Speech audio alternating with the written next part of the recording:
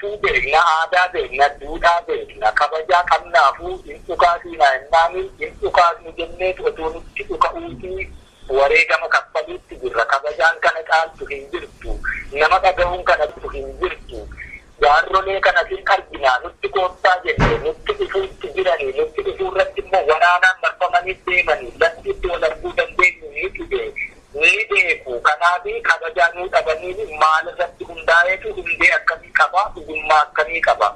Kabajaa qabnaafi iyyuu dhaggeeffanne bakka deemanitti immoo wal arguun hin danda'amne waan ta'eef xalayaa itti ergine ibsa bahee fi murtii qabnuu kabajaanii ittiin geenye miidiyaa adda addaarra jira. Kanaaf kabajaan kana caaltu hin jirtu. Yoo qaama ololaa tolfachuu kun dhalate immoo egaa isa kanaaf nama beekaa rafee fakkii dammaquu hin danda'u, ka beekaa rafee dammaqsuu hin dandeenyu wanni jennu waan biraa hin jirtu.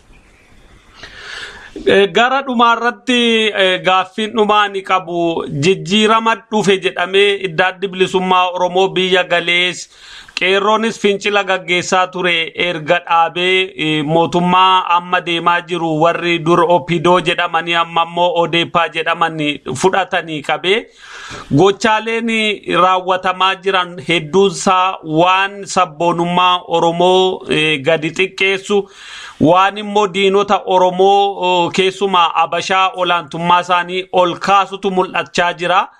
Gaaffileen akka magaalaa Finfinnee irratti mirga Oromoon qabu ilaallatanis xiqqaachaa amma Oromoo maaltu galcheeyyuu aga jechuutti gaameera.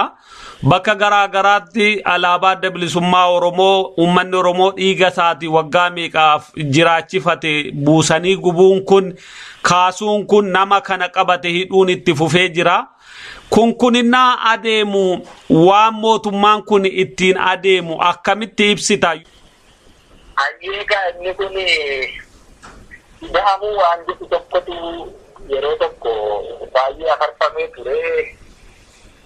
Ida'amuun waan qaban qabatanii ammoo biyyi kun yoo dhugumaan biyya Itoophiyaa nuti waliin jenna ta'e eessaa dhufnee walitti biyyaanna biyya tokko turre nuti sun gaaffii beeksisuu qabu.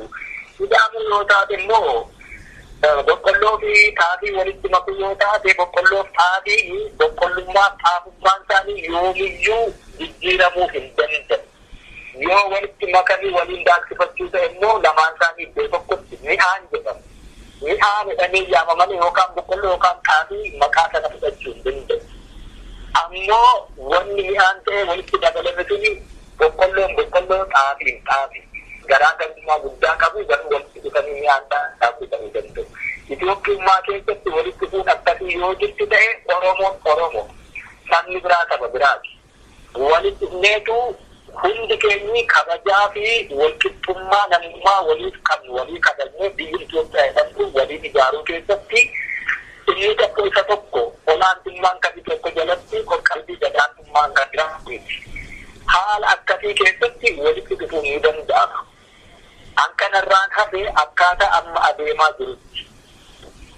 Itoophiyaan amma deebi'uu qabdu kabajaa kaleessaa argachuu qabdu. Itoophiyaan kaleessaa Itoophiyaa Oromoo harma murtee fi Itoophiyaa Oromoo harka murtee. Kabajaa harma muraa fi harka muraa kaleessa Itoophiyaan qabdi sana deebisnaa jechuudha. Haala akkasii keessatti Oromoon Itoophiyaa kabajaa kaleessaa itti horuu fi qabsoo hin gaggeessine gaggeessaa fi jiru. Itoophiyaan kaleessaa Oromoo fi Oromummaa yeroo ittiin himanne afaan isaa mana keessatti qofa sanuu hasaasee kan hojjetu. Itoophiyaan kaleessaa Itoophiyaa akkasitti beekna.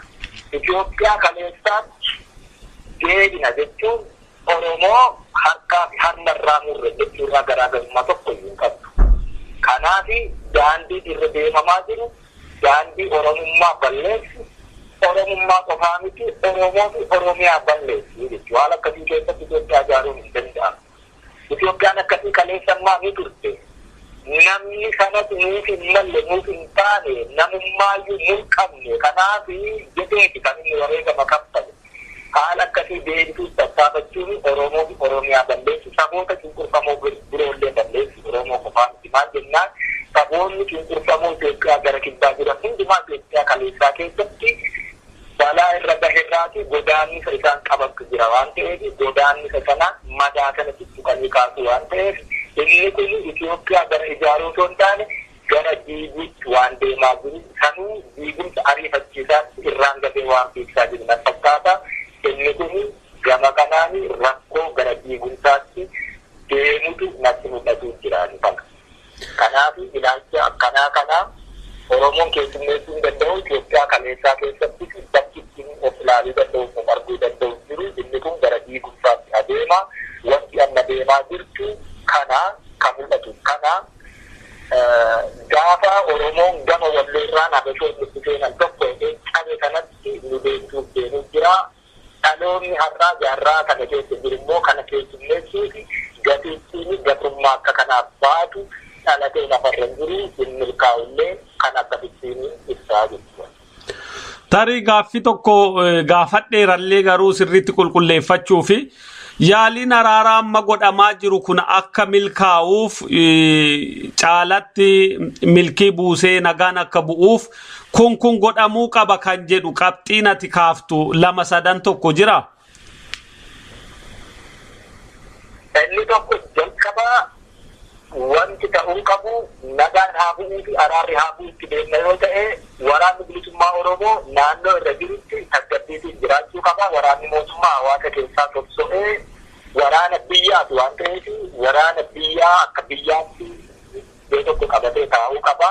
Gidduu kanatti jaarreleen hawaasaa abbootiin amantaa fi abbootiin gadaa yookaan immoo namoonni biroo qaama rakkoo akka kanaa addunyaa irratti mudate hiikuu keessatti muuxannoo qabanii waan kana ofitti fudhachuu fi haasaan eegalamuu qaba. Inni ka'anii Oromoon maqaa adda bilisummaa Oromoo waraana bilisummaa Oromoo kumaatamaan mana hidhaatti guuramaa jiru haal duree tokko malee gallakkifamuu qaba. Akkasumas miseensonni deeggartoonnii fi qondaalonni dhaaba kanaa biyya keessatti adamfamanii bakki buutee dhabamee fi kaan mana hidhaa adda addaa keessa jiran gallakkifamuu qaba. Haaldureewwan kun egaa deemuun jibbaa kaa waraana bilisummaa Oromoo hunda bakka bu'ee isa kana baasee jaarrelee yaaduree ergee fi sooshaal miidiyaa adda addaa irra jiruu fi akkuma ibsu immoo wanneen kun hundumti guutamuu qabu wanti isaan barreessanii kan fedhii waraana bilisummaa Oromoo hundaati waan ta'eef qabxii biraatti dabaluu barbaachisu ishee amma irraa kaase yoo kun hundi guutamuu jalqabe mootummaan kun illee dhugumaan dhimmaan Oromoo gidduutti nagaa buusu saboota cunqurfamoo Itoophiyaa keessa jiraniiti nagaa buusu akkasumas rakkoo siyaasaa Itoophiyaa keessatti wal galgalchaa yeroo dheeraaf as ga'e kanaaf furmaata fiduu fi fedhii qabaa hafuurri araaraa mul'ataa jira jettee amantiin irraa horatta akkasitti deemame milkaa'uu ni danda'a. Yoo kanan taane garuu yoomiyyuu taanaan hanga diinni jiru qabsoonni jira hanga qabsoon jiru qabsaa'aan jira taanaan beelli jira. Beelli kun immoo bara baraan kan itti fufu ta'uuf deemuu jira gara diigumsaa akkuma silaayidatti nu deemsuuf jira waan ta'eef hundeerraa onneerraa araara jennee itti deemna yoo ta'e haaldureewwan gaafataman kana araara keessa yoo ta'e haaldurichi waan sinii hin qabu araarichi hanfeetu waan ta'e immoo siniidhaa hin beektaa hin fudhattu araara akka jirretti hin mul'isaa dubbiin qabu. Egaan dhaggeeffattoota keenya gaaffiif deebii dheeraa kan ajajaa waraana bilisummaa Oromoo zoonii lixaa Jaalmarroo Dirribaa waliin goone kanarraa hubannoo guddaa akka argattan abdii guddaa qabna.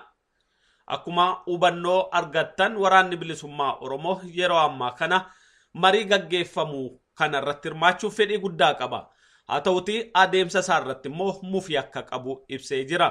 Gareen teeknikaa kanas haala kana hubatee adeemsa kana sirreessuudhaan araarichi akka milkaa'u akka godhu abdii guddaa qabna.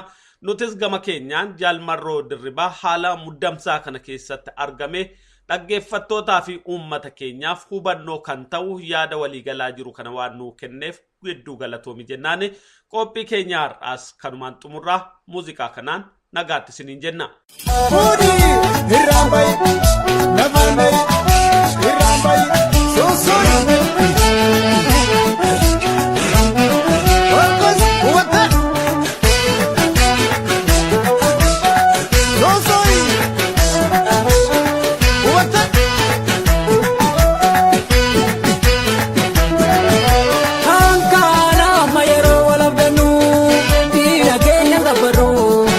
Kale